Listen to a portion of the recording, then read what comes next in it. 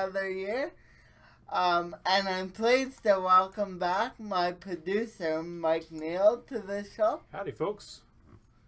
And we're doing an actual live stream, and we never done this before, so bear with us.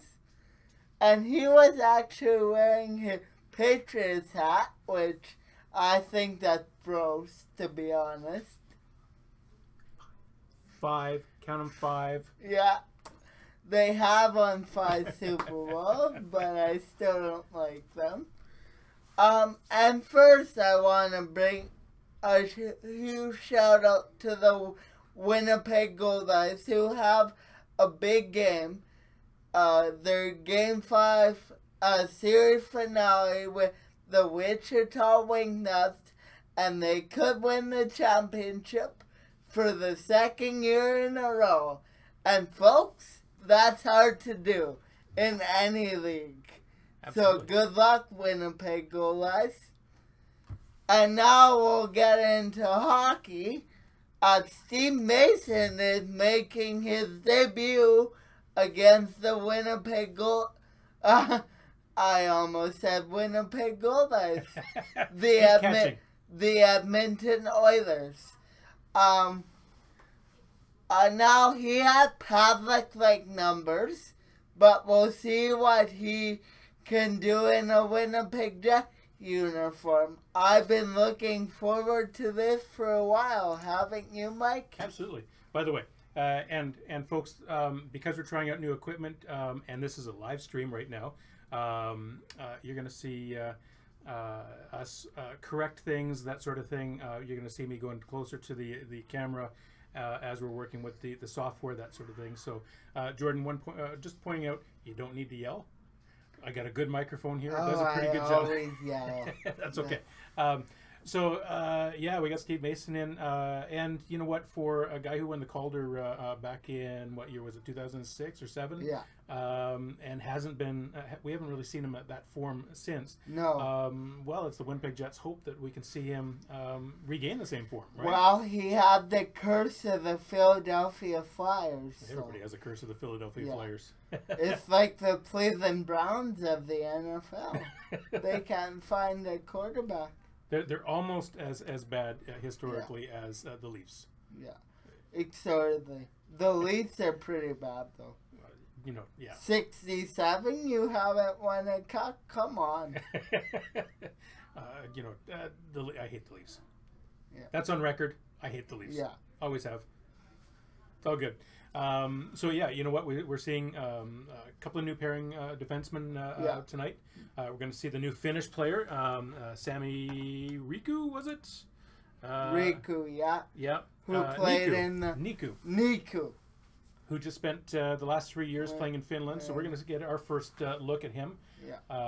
I would expect, looking at how our depth is, we're going to see him come up. We'll get a look at him, and then he'll go back down to the top 2 lines, Paul Maurice is just filling out the chemistry. Yep. And the bottom 2 is where the really evaluation point begins, in my mind. Well, we're seeing, you know, the bottom 3 lines change over completely. We're going to see Patan back in. Who else we got in the lineup there? We got the list right here. Kulikov. Yeah, Kulikov comes Makes in. his debut. We got Hendricks coming in. Hendricks, who we signed about, I would say, a month ago. Yeah. In August from Vancouver. To some fans' chagrin, but you know what? We need the experience in the 3rd and 4th line. That certainly shows it. Yeah. And, you know, well, we got rid of Stewart in the offseason. We got rid of Thorburn in the offseason. Yeah. So is this an upgrade or is it too early to tell? A bit too early to tell. You know, it's only preseason. Let's wait till we play the Surrey Leafs on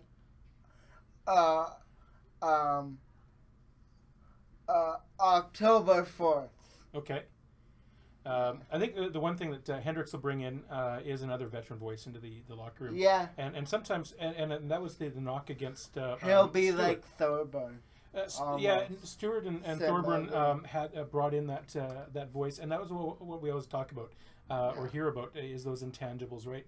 Their on ice play was not stellar. It was okay, sometimes subpar, but it was the leadership in the locker room that we constantly heard about, and that's why they were kept around for so long. As long as Hendricks can be a better player on ice and the same type of and Paul Marie said on note that his goal is to make the playoffs. So we'll see, folks. That's it. They want to make the playoffs this year. No time for dilly-dallying and evaluating and making sure players get ice time. It's all about making the playoffs this year. And Wheeler is on top of that. He has said in many of his comments, this is his push, right? So he's got a couple years left on the current contract, and we'll see what happens. Now let's switch gears to the CFL, and just to let you all know, the Winnipeg Blue Bombers play this Friday against the we're 8-3, and I think they're 8-1-5 or 6 or something. Do I got to bring that up? I'll bring that up. Who are we playing? Ottawa Red Blacks. Ottawa. So, do they suck this year? Pretty subpar. Yeah, they haven't been playing. They're certainly not looking like the defending championship team. They're 5-7, and most of all of their wins have come in the East, and not against. And West Drew teams, Tater's doubtful to play, so we could be seeing NFLer Ryan Lindley, who I don't know much about. The only thing I know about him is that he played in the NFL with the Colts. So it could be an interesting game, considering we've just and it's supposed to rain. And it's supposed to rain. I got to bring my rain gear. You better bring your. You got the roof over you. Yeah, I'm the lucky guy with the roof. I'm out in the elements there at the end zone. So, you know what? It's gonna be interesting. We just lost Jamal Westerman yesterday. Yeah, we leading did. Pass rusher. And who did we just lose today? TJ Thorpe would just let go around 10 o'clock. And that's only means one thing. They're bringing somebody else in because... We're going to have to. Yeah. We have a practice roster spot now. Yeah. So, any wind yet? Who we're bringing in or nothing yet? Some NFL linebacker, I forget his name, but... One of the early cuts, probably. Yeah, they've been in talks. Yep. And another league thing is no padded practices. No padded practices. Starting in next year's CFL season, which I agree with. Actually, that started right away. The padded practices started right away. But the extra week, extra bye week starts next year. I'm sorry. I thought I was a CFL genius, you know? No, they put that one into practice right away. They didn't want to wait on that one. So, and open themselves up to... That's why I have Mike here. Well, I don't know everything. To help me out. I'm the techie guy. Yeah. You're the software guy. Yeah, you know what? I think it's going to be interesting, an interesting experiment. Certainly, it will cut down on injuries. There's no doubt about that. It will. What it won't do is do any favors, I think, for the offensive and defensive linemen who need to practice hands-on, their rubs and their twists and all of the different things, hand positions. Just putting your hands on a guy for them doesn't really help them. They need that physical and, Mike was saying, that twisting motion or blocking a guy or... Yeah, all those little techniques that they bring into to training camp, into weekly practices, things like that. Now they're kind of limited. I got no problem with the no pads, no contact on receivers and defensive backs and because that's not a problem. I mean, they should already know how to tackle. What we might see though is it may not be this manifest this year. How about when they bring a guy in though? Yeah, they bring in a guy from the NFL. Bring a Valway. You know what? I don't think it'll be a problem with guys they bring in from the NFL because they're coming from that padded contact. So they're going to have to make that adjustment. Yeah. What I think is going to happen in the next couple of years is we're going to start seeing a few more penalties as they stop practicing full-on tackles, right, and tackling techniques, that sort of thing. So when they stop doing that, it's going to take a couple of years for guys to really forget the training.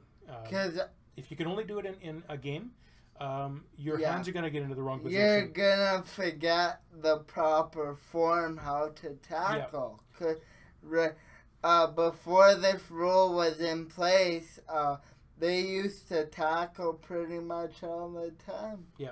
I mean, you can only once a week at least. You can only tackle those tackling dummies so often before before they don't want to fight back. Yeah. Yeah, you know what? It's going to be interesting. It's going to tell over time in the next couple of years. But if we get players, like our quarterbacks lasting longer across the league, then that's a good thing. Yeah, right. So we'll see. With the NFL kind of making it, a lot of the players are making fun of it right now. Yeah. However, if it shows that really it's beneficial, then we might see the CFL or the NFL follow suit. Yeah. Because they do copycat. Well, they look at everything, right? They look at all the player safety. They're certainly looking at, they've got a lot of lawsuits in the courts right now over, extended injuries, concussion, and that sort of thing. So I think the NFL I will think take a look personally, because they're athletes, they come back too fast sometimes. They come back from concussions way too fast sometimes. Yeah, you know what? It's varied by sport. Certainly, you're seeing some athletes coming back too fast, and some of it has to do with the sport, but the regulations, right, in place. So we saw Sidney Crosby, for example, in the NHL. He's been out a number of times, extended. He's been nailed before, but he has come back. He's come back stronger every time. Yeah. But they've certainly given him the benefit of the doubt, and they've given him a lot of recovery time. So the doctors have been on top of that. They want to make sure that he is symptom free before they come back. So, even the slightest headaches, and he's not even on the ice. So, the NHL's definitely taking a good hard look at that and making some adjustments. Yeah, and the spotters help too. Yeah, the spot, except when they screw up your game, like the Eskimos game the other day where Riley came out and he was mad because he popped right back up and the spotter went, no, that wasn't really it caught him just under the chin. It was it was a hit, but he didn't bounce his head off the turf. Yeah, he popped right back up. He wasn't on the turf. Most guys wouldn't pop right back up. No, they take a second to collect their senses, and that's usually what. So that that screwed up their drive right there in that game, and that probably cost them another loss.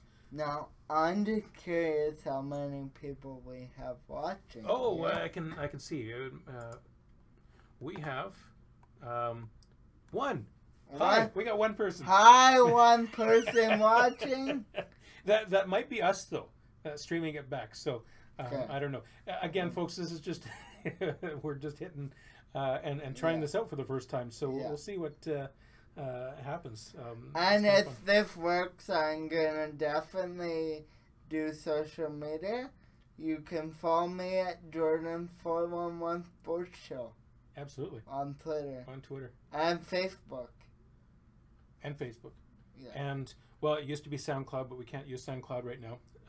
So that's why we're trying this. We're trying this out, and might be an easier platform. So you had a great summer. Yeah, I did. I did a few interviews for the Canada Games. Yeah. With pretty neat experience, and I just want to thank Shaw TV again for allowing me to gain more experience. And that was a ton of fun. Really fun.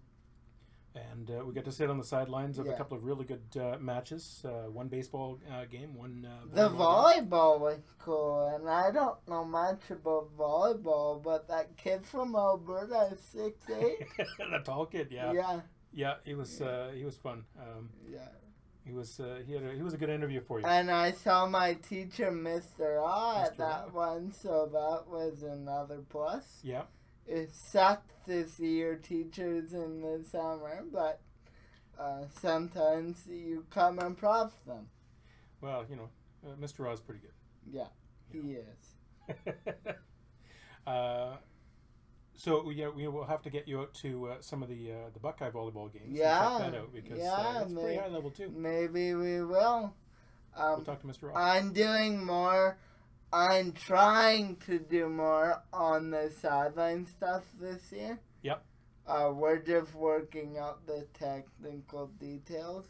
Well, we got a new thing starting in the school called Buckeye TV. Yeah. Right.